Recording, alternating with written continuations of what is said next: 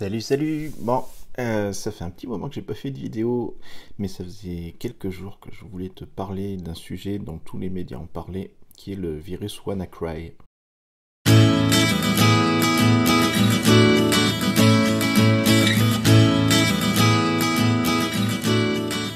Alors, WannaCry, c'est un ransomware. Ransomware, c'est un type un petit peu particulier de virus qui a pour objectif de chiffrer tes données, tous tes fichiers, tes documents, Word, Excel, etc., pour les rendre complètement inaccessibles. Et à la place, lorsque tu cherches à accéder aux données, ça affiche un message d'erreur disant que pour récupérer ces données, il faut impérativement payer une rançon. Soit on paye la rançon et on a accès à nouveau à ces fichiers, soit on paye rien du tout et dans ce cas, c'est perdu, et si tu n'as rien fait, si tu n'as pas de sauvegarde, si tu n'as pas de copie, c'est complètement perdu. Et la rançon, elle est payée en Bitcoin. Alors pourquoi le Bitcoin? Parce que c'est une monnaie parallèle qui permet d'éviter toute traçabilité, quasiment de manière invulnérable. Et du coup, tu te retrouves avec toutes tes données plus ou moins perdues. En fait, si on paye une rançon qui est l'équivalent de quelques centaines d'euros, on a peut-être une chance de récupérer ces données, c'est pas sûr d'ailleurs. De toute façon, avec des gens qui ont tel type de pratique, on peut se demander si ça va fonctionner. Et sinon, voilà, données perdues complètement. Ça fait quelques temps que j'ai parmi mes clients et contacts des gens qui ont été victimes de ransomware. Ça se fait de plus en plus, entre autres, bien entendu, parce que c'est une activité lucrative pour ceux qui lancent ça. Et parce que ça frappe particulièrement les esprits. Là, on n'est pas sur un truc qui fait perdre quelques données, c'est toutes les données qui sont sur son disque. Et même pire, toutes les données qui sont sur son réseau. C'était la particularité de ce virus-là, WannaCry, qui, outre le fait de rendre indisponibles les données qui sont disponibles sur sa propre machine, va ensuite pouvoir se propager en réseau sur toutes les autres machines du réseau. C'est pourquoi, avec la sortie de ce virus-là, on a eu un certain nombre d'entreprises qui se sont retrouvées victimes de ce genre de choses. Et là encore, il n'y a pas grand chose à faire, c'est vraiment quelque chose de très violent. Tout ce qu'on peut être fait, ça se fait en termes de prévention, et c'est pour ça que je voulais te parler de quelques petits conseils de base qu'il faut suivre, que l'on soit un particulier ou une entreprise, pour faire en sorte qu'on puisse se protéger plus ou moins de ce genre de virus. Alors le premier conseil, qui peut paraître évident, mais qui en fait n'est pas tant que ça, c'est de sauvegarder. Sauvegarder. On ne dira jamais assez. Il faut considérer que toutes ces données sont volatiles et que on doit avoir un scénario qui imagine le pire. Et un ransomware, c'est le scénario du pire, c'est-à-dire, boum, plus rien. Le disque dur crash ou un virus arrive, on n'a plus rien de ces données sur sa machine. Qu'est-ce qu'on peut faire? Un ransomware tel que WannaCry est particulièrement vicieux par rapport à ça, puisque même si on croit avoir sauvegardé ses données en réseau sur un serveur, en fait il est capable de se propager sur ce serveur. Et ça devient du coup particulièrement violent, puisque la plupart des gens qui bossent dans une entreprise ne se préoccupent pas de leur sauvegarde, et font en sorte de se dire, voilà, on a un service informatique, c'est lui qui va s'occuper de stocker les données, de nous mettre à disposition un serveur sur lequel on va stocker les données et tout sera bien. C'est vrai si ce serveur est lui-même sauvegardé. Et il faut se retrouver avec un système en cascade.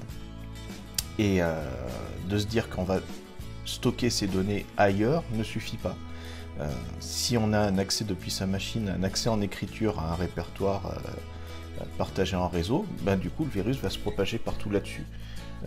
Si tu es en entreprise, il y a peut-être des chances que tu te retrouves avec un système où sous ton Windows tu as un lecteur T ou U ou je sais pas quelle lettre qui permettent d'accéder à des données stockées sur un serveur. Ces données sont tout autant vulnérables puisque le virus peut s'attaquer à ces données exactement au même titre qu'il s'attaquerait aux données locales. Donc voilà, sauvegarder sur un emplacement qui soit protégé en écriture autant que possible. Donc sauvegarder un emplacement où les données ne sont pas accessibles en écriture, si possible. Ayez un système d'archives, il y a des outils qui permettent d'automatiser ça pour avoir plusieurs niveaux de sauvegarde sur plusieurs genres, parce qu'il y en a parmi mes contacts qui se sont retrouvés à sauvegarder des données qui étaient déjà chiffrées par le ransomware, donc autant dire que ça ne servait plus à rien. Et essayez d'utiliser un système qui soit automatisé. Une sauvegarde à la main, ça n'existe pas. Le truc, oui, je vais faire un truc tous les soirs, ça n'existe pas. Il faut qu'il y ait un système qui, même en cas de défaillance humaine, puisse prendre le relais complètement. Alors une sauvegarde, ça ne va pas tout faire de toute manière. Si il y a une sauvegarde qui se fait de nuit et que le ransomware se déclare à 18 h, de toute façon, toutes les données de la journée sont en vrac. Mais là, on n'y peut hélas pas grand chose. Le deuxième conseil, c'est de mettre à jour régulièrement sa machine. Alors là, dans l'histoire de WannaCry, on ne pouvait pas y faire grand-chose, puisqu'en fait, sur sa partie propagation réseau, WannaCry se reposait sur une faille de Windows qui était très ancienne, qui avait été corrigée parce qu'elle était connue, mais qui n'avait pas été corrigée sur toutes les versions de Windows. Et c'est pour ça qu'on a entendu parler de vulnérabilités de vieux systèmes tels que des Windows XP. Et Microsoft, n'ayant pas jugé utile de diffuser le patch permettant de combler cette faille sur ces vieux OS, on avait le souci, tout pareil. Qu'est-ce qu'on peut faire à ça? C'est qu'à un moment donné, il faut prendre ses responsabilités et se dire qu'un système qui a plus de 10 ans, un XP de mémoire, ça date de 2001, c'est ça? C'est plus envisageable en 2017. Il faut avoir quelque chose qui soit suivi, mis à jour régulièrement et suivi par son éditeur. Déjà que même avec les patchs de l'éditeur, des fois ça suffit pas, alors vous imaginez sur un système qui n'est pas mis à jour. D'un point de vue perso, ça implique de temps en temps malheureusement de changer son matériel. Il y a une sorte de chantage au matériel toujours plus évolué dès lors qu'on change de système d'exploitation, c'est comme ça. Et au niveau de l'entreprise, c'est encore plus compliqué parce que souvent on se retrouve sur des plans de mise à niveau des systèmes d'exploitation, des postes de travail qui ne sont pas forcément au rythme des sorties de l'opérateur. Donc je ne dis pas qu'il faut avoir la toute dernière version de Windows 10, machin bidule, mais au moins une version qui soit encore maintenue. Un Windows 7 par exemple peut suffire actuellement, ça va pas durer très longtemps. Et enfin, le troisième conseil que je vous ai déjà donné et que je redonnerai à chaque fois, utiliser un outil de gestionnaire de mots de passe.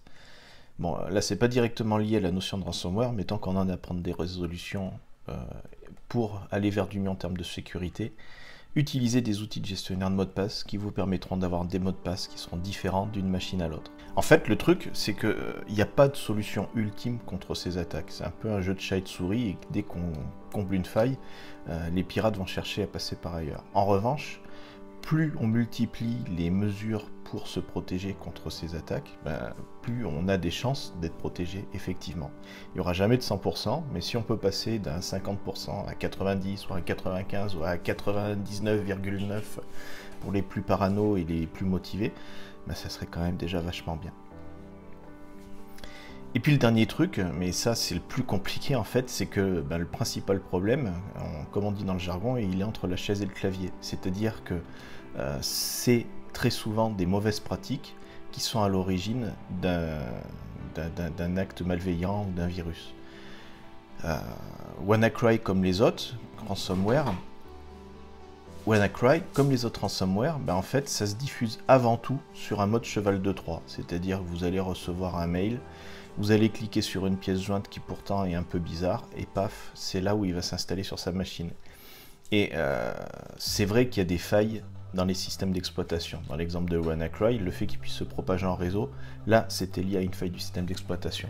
Mais comment le virus fait pour arriver, comment la plupart des virus font pour arriver, en fait c'est pas protégeable parce que c'est lié à une action très explicite de l'utilisateur qui reçoit un truc, qui clique dessus, qui dit je veux l'exécuter, et en fait ça fout le white partout. Et donc pour ça, il n'y a pas de solution technique. Il y a de la prévention, il y a de la sensibilisation, il y a le fait de tenir à jour les compétences des utilisateurs pour qu'ils ne fassent pas complètement n'importe quoi. C'est le plus important, c'est le plus compliqué aussi, puisque la plupart des gens se fichent de l'outil informatique, ils ne veulent pas s'investir dedans, ils considèrent ça déjà comme une contrainte. Alors si en plus on rajoute des contraintes aux contraintes, c'est un peu compliqué. Mais bon, c'est une nécessité d'arriver à sensibiliser ces troupes. C'est ce que j'essaye de m'employer à faire lorsque j'ai des missions chez des clients. Et au final, ça s'avère tout aussi intéressant et tout aussi utile de discuter avec les utilisateurs qui sont non informaticiens qu'avec l'équipe informatique en elle-même. Et c'est de toute manière dans une entreprise sur un subtil équilibre entre ce que peuvent faire les utilisateurs et ce que vont faire les informaticiens qu'on peut arriver à quelque chose qui sera, encore une fois, pas 100% blindé, mais au maximum. Et donc je me retrouve à intervenir en entreprise, pas pour me substituer à l'équipe informatique ou aux prestataires s'il y en a, pas forcément pour une longue période, mais pour servir un petit peu d'intermédiaire et vraiment accompagner. C'est à la limite entre du conseil et du coaching, c'est aider le dirigeant à faire des bons choix en termes de stratégie informatique, en termes de choix d'outils, en termes de choix de prestataires, et faire en sorte que tout se passe le mieux possible, de la manière la plus fluide possible, aussi bien du point de vue de l'installation informatique que des équipes qui ont à utiliser ce matériel. C'est ce qui fait, je pense, tout l'intérêt. Moi, c'est pour ça que j'interviens là-dessus, parce que c'est ce qui me passionne le plus. C'est qu'on ne cause pas que technique, mais on en parle. On ne cause pas que de l'humain, mais c'est omniprésent. Et c'est quelque chose qui est vraiment à la croisée des chemins entre de la stratégie d'entreprise, de la technique informatique et du management et de la conduite de changement en fait, et de l'accompagnement de toutes les troupes pour que chacun arrive à s'y retrouver dans des choix informatiques qui sont faits. Je ne sais plus qui disait, c'était un ancien patron d'Intel, que seuls les paranoïaques survivent. Il parlait du milieu business, mais c'est aussi valable, je pense, pour tous ces aspects techniques et sécurité informatique. Alors en conclusion, et puis pour donner quelques petites perspectives, il y a l'ANSSI qui est un des organismes nationaux de sécurité informatique en France, qui propose un MOOC gratuit. Donc ça s'appelle Secnum Academy. C'est pas encore complet en termes de contenu, ça évolue au fil du temps. Ça nécessite un petit peu de temps, mais c'est assez utile. C'est plein de bons conseils et puis c'est plutôt accessible au grand public. Plutôt sur des gens qui veulent s'investir sur des services de sécurité informatique. Mais on ne parle pas trop de technique là-dedans, ça permet d'avoir de bonnes bases. Donc voilà, si tu as un peu de temps, je te conseille de faire un tour sur ce MOOC. Allez, à très bientôt, ciao!